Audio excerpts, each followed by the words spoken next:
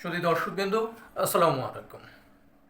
চলুন মাতৃগর্ভ সন্তান কত সপ্তাহ বয়সে কখন কি নামে ডাকা হয় এবং তখন কীরকম আকার আকৃতি কত সপ্তাহ বয়সে কীরকম আকার আকৃতি ধারণ করে সেটি এখন আমরা দেখে আসি।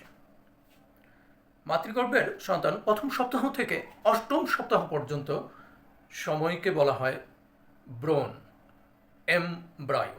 এমব্রায়ো অর্থাৎ হচ্ছে ব্রণ। এবং পরবর্তী নবম সপ্তাহ থেকে 40তম সপ্তাহ পর্যন্ত সময়কালে বলা হয় ফিটাস। 40তম সপ্তাহ তথা জন্মের পূর্ব পর্যন্ত সময়টাকে বলা হয় ফিটাস এবং মাতৃগর্ভ থেকে সন্তান প্রসব হওয়ার পরবর্তী তখন বলা হয় শিশু।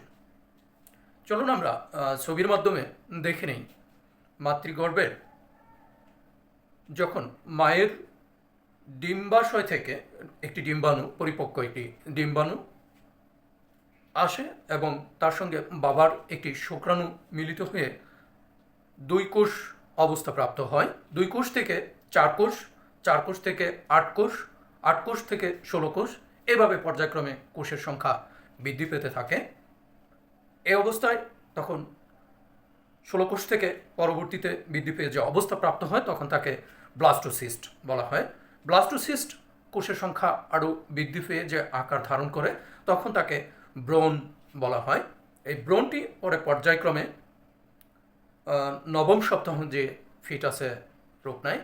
আমরা এখন চিত্রের মাধ্যমে দেখি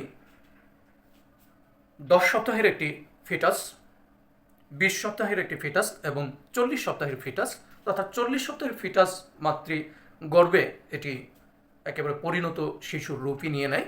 শুধু মাতৃগর্ভ থেকে প্রসবের পরে তখন সেটিকে শিশু বলা হয়।